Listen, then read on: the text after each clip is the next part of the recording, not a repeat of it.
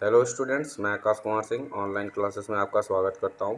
Last video में हमने देखा था बायोमास एनर्जी के बारे में डिस्कस किया था और इस वीडियो में हम देखेंगे भूतापीय ऊर्जा यानी कि आपकी जो जियोथर्मल एनर्जी है उसके बारे में हम डिस्कस करेंगे। क्या होती है, इसके सोर्सेस क्या हैं, कितने टाइप्स के इसके पावर प्लांट्स होते हैं, इंडिया में ये कहाँ कहाँ पाई जाती है, ईटीसी इनके बारे में हम लोग जो है डिस्कस करेंगे। क्लियर?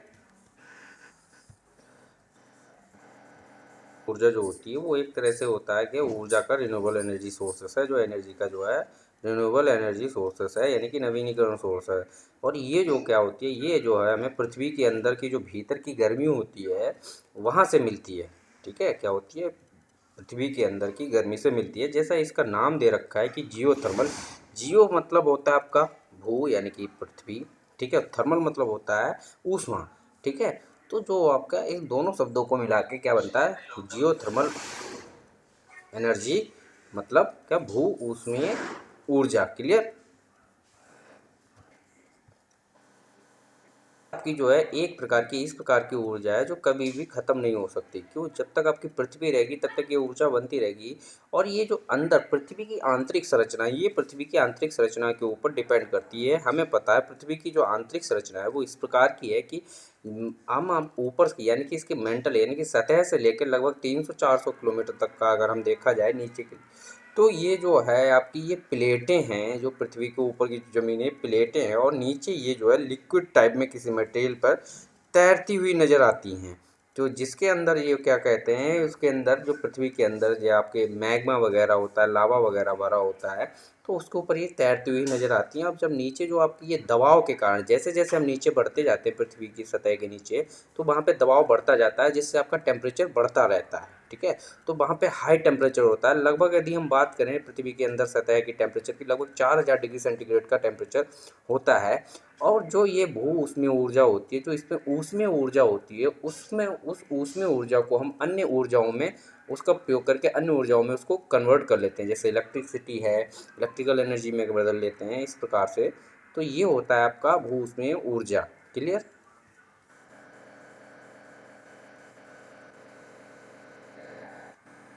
एक पृथ्वी का ये एक पृथ्वी का छोटा सा हिस्सा दे रखा है, इसको बोलते हैं धरातल क्रस्ट यानी कि ये जो ऊपरी परत होती है उसको क्रस्ट बोला जाता है।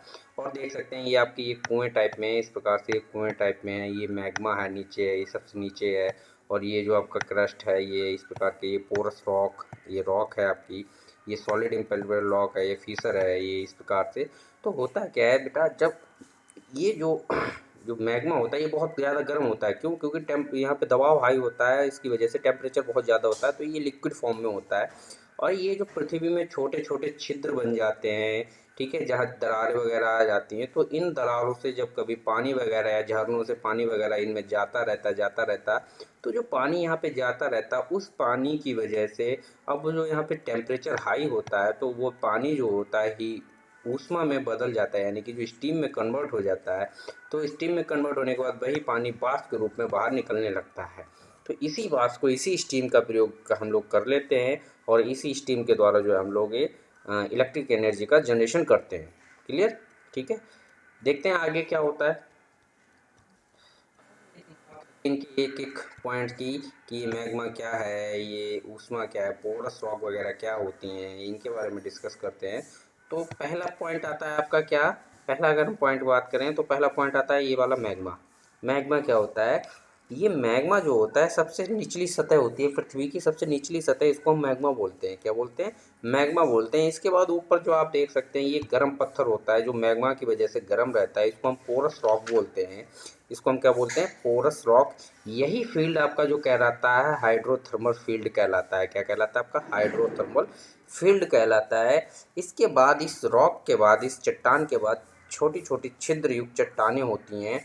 ठीक है, जो छोटी छोटी आपकी जो छिद्र युक्त चट्टानें होती हैं, ये चट्टानें ठोस व अपारदर्शी चट्टानें होती हैं। ठीक है, इसके बाद क्या होता है, इसमें एक रास्ते की आकृति बन जाती है जिससे हम गर्म ऊष्मीय जल को भंडारित कर लेते हैं, गर्म ऊष्मीय जल को इसमें भंडारित कर लेते हैं। ठीक, और उसके बाद गर्म झरना, मतलब यही जो जब ऊष्मीय जल भर जाता है इसमें तो ये ऊपर के लिए बहता है, तो यही बोला जाता है गर्म जल का झरना। ठीक है, और यही गर्म जल के झरने का प्रयोग करके जो है हम लोग या तो हीट है उसको स्टीम रूम में कन्वर्ट कर लेते हैं या फिर अन्य एनर्जी में कन्वर्ट कर लेते हैं। तो वही जो है आपका यहाँ से इलेक्ट्रिसिटी का जनरेशन मिलता है हम लोगों को।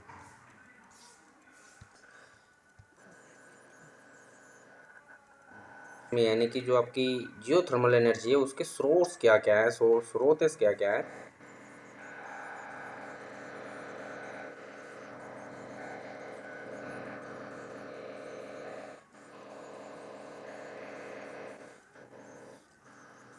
होता है तो मैग्मा के ऊपर पत्थर होता है, वह उस मैग्मा के टेम्परेचर की वजह से गर्म हो जाता है, तो उसको उसकी गर्म सूखी चट्टान। तीसरा क्या होता है आपका मैग्मा, मैग्मा खुद होता है। दूसरा होता है भूदाब क्षेत्र। भूदाब क्षेत्र का मतलब जो पृथ्वी के अंदर का प्रेशराइज्ड एरिया है, ठीक है, जो दाब के अंदर से दाब की वजह से वहाँ पे टेम्परेचर हाई हो जाता है, तो वह वाला क्षेत्र उसको बोलते हैं भूदाब क्षेत्र।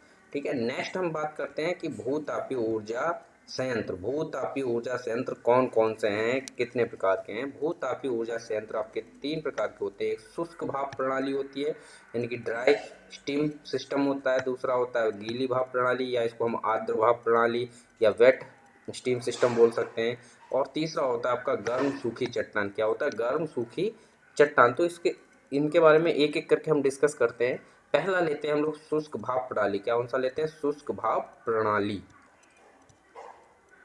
यहाँ पे देख सकते हैं आप, ये जो सिस्टम होता है ये ड्राई स्टीम पावर प्लांट यानी कि शुष्क भाप प्रणाली होता है। इसमें देखते हैं हम किस प्रकार से इसका प्रयोग करते हैं। प्रयोग किस प्रकार से किया जाता है, जो आपकी ड्राई भाप होती है उसके द्वारा हम इस भाप को पाइपों के माध्यम से इस ज़मीन के अंदर पाइपों को डाल के मशीनों के द्वारा पाइपों के माध्यम से उस स्टीम को बाहर ले लेते हैं और उसको प्रेशराइज्ड करके हम टरबाइन पे डालते हैं। और जब टरबाइन रोटेट करती है तो उसकी वजह से हमें जो इलेक्ट्रिसिटी जनरेटर को इलेक्ट्रिसिटी का उत्पादन होता है यानी कि प्रोडक्शन होता है या जनरेशन होता है। और जो आपकी भाप होती है उसको दोबारा से हम इसी इन जो पाइप के माध्यम से उन्हीं पत्थरों के अंदर डाल देते हैं, जिससे फिर वो पुनः स्टीम के रूप में कन्वर्ट हो जाती है। तो ये तो एक छोटा सा सिस्टम है, dry system, dry steam power plant का एक तरीका है।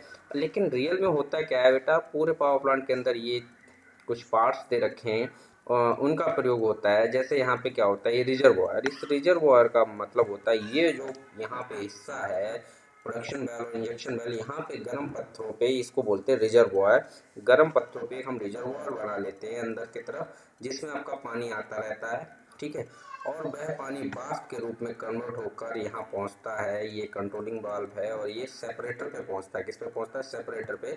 सेपरेटर पे पहुँचने पर यहाँ पे क्या होता है कि इसमें जो ठोस पदार्थ वगैरह अगर जो रॉक से या पत्थर से आ जाते हैं वो यहाँ पे सेपरेट हो जाते हैं।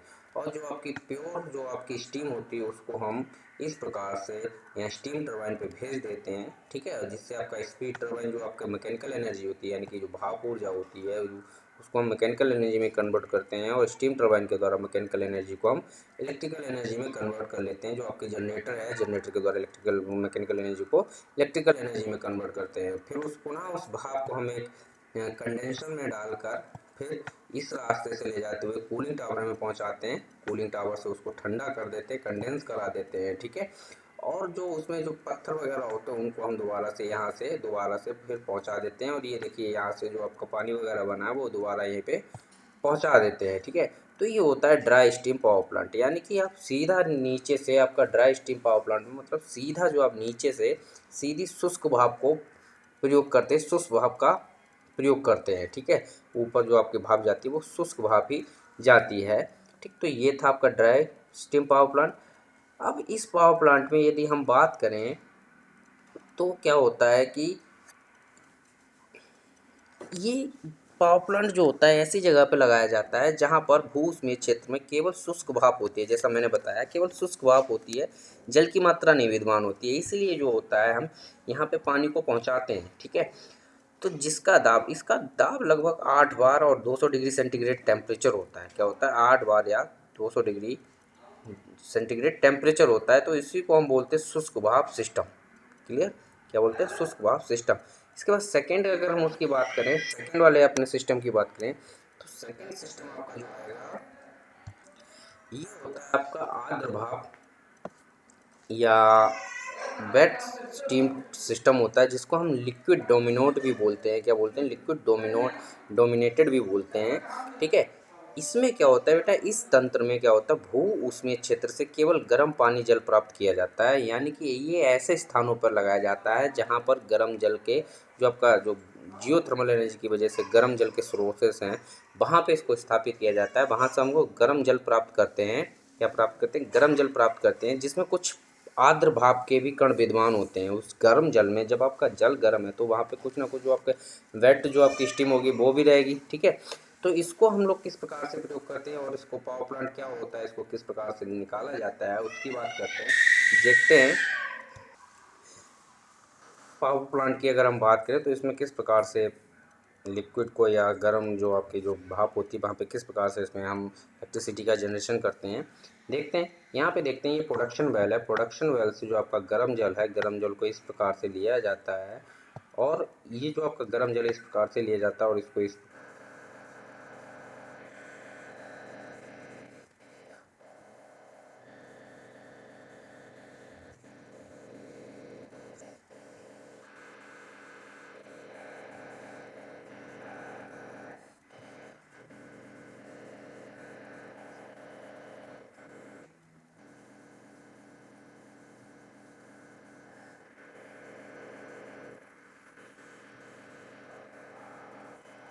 से ये जो आपको पानी आ रहा है ठंडा, ये क्या हो जाता है आपका, किस में कन्वर्ट हो जाता है? स्टीम में कन्वर्ट हो जाता है। इसीलिए इसको हीट एक्सचेंजर बोला जाता है।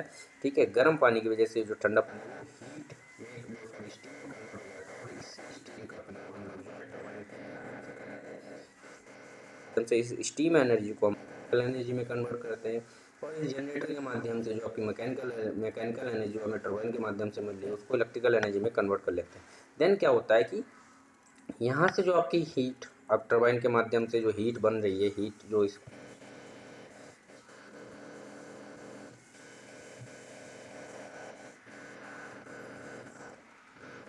हीट है जो आप ठंडी हो जाती है। ठीक है। और इसको दोबारा से हम जो है, ठंडी नहीं होती यहाँ पे, ठंडी नहीं होती है, इसको दोबारा से इस प्रकार से रीजनरेटिव हीट एक्सचेंजर में क्या हो, दोबारा से ले जाते हैं। फिर यहाँ पे इसको कंडेंस कराते हैं, कूलिंग टावर के माध्यम से इसको कंडेंस कराते हैं।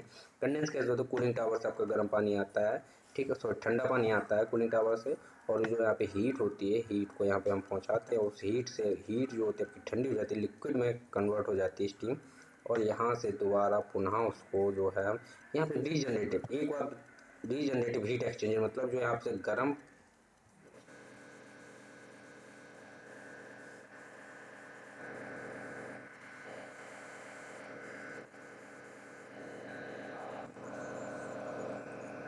का हॉट वाटर आ रहा है, उसकी वजह स्टीम के रूप में कन्वर्ट हो जाता है, और इस प्रकार से हमें मैकेनिकल एनर्जी का जो आपकी स्टीम एनर्जी है वो मैकेनिकल एनर्जी के रूप में मिल जाती है। ठीक है। तो इस प्रकार से जो हम है, ये दूसरा वाला आपका टाइप है wet system, wet steam system. इसमें इस प्रकार से हम हॉट वाटर के द्वारा ही स्टीम का जनरेशन करते हैं, स्टीम को पानी को स्टीम के रूप में कन्वर्ट करते हैं, फिर देन टरबाइन को चलाते हैं। नेक्स्ट आता है बेटा आपका जो आपका हॉट ड्राई रॉक, यानी कि गर्म सूखा पत्थर। क्या होता है? गर्म सूखा पत्थर। इस पत्थर का प्रयोग मतलब इसमें किस प्रकार से हम ऊष्मीय ऊर्जा को प्राप्त करते हैं। इसमें क्या होता है, इसमें गर्म पत्थर मैग्मा से ऊष्मा प्राप्त करके, जैसा कि अब इससे पहले मैंने आपको दिखाया था, नीचे मैग्मा होता है, उसके ऊपर पत्थर होता है, तो उस मैग्मा की वजह से वो पत्थर गर्म हो जाता है। और ये 5 किलोमीटर की गहराई, तो मतलब लगभग 5 या 4.5, जैसा कि आप ये दे रखा है, ये गहराई दे रखा है, ये यहाँ से प्रारंभ हो जाता है। ठीक है। जिसका तापमान लगभग टेम्परेचर जो होता है 150 डिग्री सेंटीग्रेड से 290 डिग्री सेंटीग्रेड तक होता है। इस गर्म पत्थर से ऊष्मा हम छेद बनाकर प्राप्त करते हैं। मतलब क्या होता है कि इस गर्म पत्थर में हम लोग छेद बना लेते हैं, तो जिससे हमें ऊष्मा की प्राप्ति होती है। किसकी? ऊष्मा की प्राप्ति होती है। क्लियर? गर्म पत्थर से जब हमें ऊष्मा की प्राप्ति होती है, और वह उससे प्रयोग कैसे किया जाता है, देखते हैं। इसमें पाइप डालते हैं। देखिए, ये जिस प्रकार से एक सिस्टम दे रखा है ग्राउंड लेवल पे, यहाँ पे इस प्रकार से हमने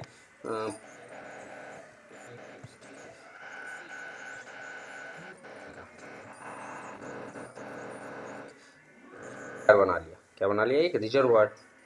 बना लिया। ठीक है, इसमें क्या है, हमने यहाँ पानी भर लिया। अभी इस गर्म पत्थर के माध्यम से ये जो पानी होता है आपका हीट जो होता है गर्म हो जाता है, और गर्म होने पर ये स्टीम के रूप में कन्वर्ट हो जाता है, यानी कि भाप के रूप में बदल जाता है। फिर इस भाप को हम,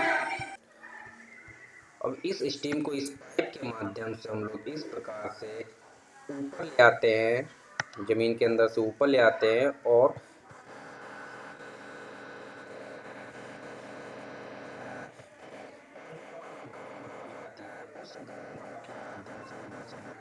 रहा होता है आपको, वह स्टीम के रूप में कन्वर्ट हो जाता है, और वह स्टीम हम टरबाइन पे पहुंचा देते हैं। टरबाइन से हमें मैकेनिकल एनर्जी की प्राप्ति होती है। उसको फिर हम मैकेनिकल एनर्जी को जनरेटर के माध्यम से इलेक्ट्रिकल एनर्जी में कन्वर्ट कर लेते हैं। तो यहाँ से जो आपका पंप के माध्यम से ठंडा पानी आता है, उस वह ठंडा पानी आपका स्टीम रूप में कन्वर्ट हो जाता है और फिर टरबाइन पे जाता है। और जबकि यहाँ पे इस प्रोसेस में उल्टा होता है, आपका यहाँ से आपकी स्टीम आती है, और जब ये स्टीम इसको गर्म कर देती है तो ये लिक्विड रूप में कन्वर्ट हो जाती है, जिसको पंप के माध्यम से हम पुनः इंजेक्शन वेल में, यानी कि इंजेक्शन थर्मल पहुँचा देते हैं।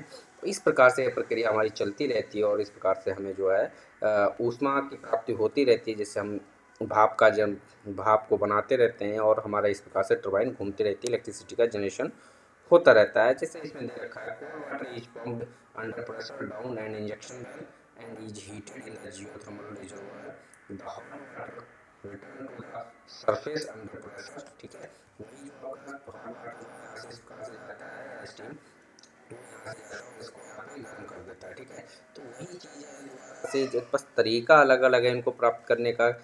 ठीक है, एक आपका ड्राई स्टीम हो गया, ठीक है, एक वेट स्टीम हो गया, एक हॉट ड्राइव हो गया। तो हम यहाँ पे कुल मिला के देखा जाए तो हम पत्थरों का भी प्रयोग कर लेते हैं। तो ये जो जियो थर्मल एनर्जी है, इस प्रकार से हम अंदर से प्राप्त करते हैं और उस प्रकार से उसका प्रयोग करते हैं। यदि हम भारत की बात करें, भारत में प्रमुख जो आपके जियो थर्मल एरियाज़ हैं या जियो थर्मल पावर प्लांट्स हैं, वो कहाँ कहाँ पे हैं, जैसे आप देख सकते हैं यहाँ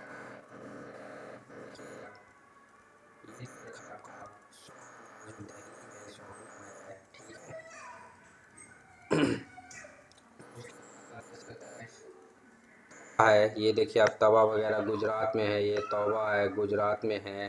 ठीक है, ये मनकरान है जम्मू कश्मीर में है।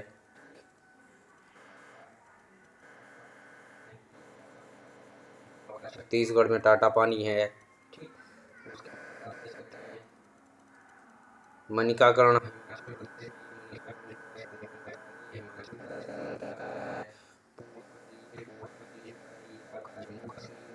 वैली। ठीक है, महाराष्ट्र में आप देख सकते हैं, ये महाराष्ट्र में भी है आपका, महाराष्ट्र में उनई है, जलगांव है, ये महाराष्ट्र में उनई और जलगांव है, उनके नाम से है। और ये गोदावरी में भी है, ये गोदावरी नदी है, इसके आसपास भी है। गोदावरी और महानदी की घाटियों में भी मिल जाता है हमें। ठीक, और इसके बाद आप देख सकते हैं बकेश्वर बिहार में है आपका, बिहार वगैरह में भी है आपका, और ये छत्तीसगढ़ वगैरह में। तो मतलब कुछ ही राज्य हैं जिनको मैं दोबारा से रिपीट कर दूंगा। पूगा वैली आपका जम्मू कश्मीर देख सकते हैं फिर से,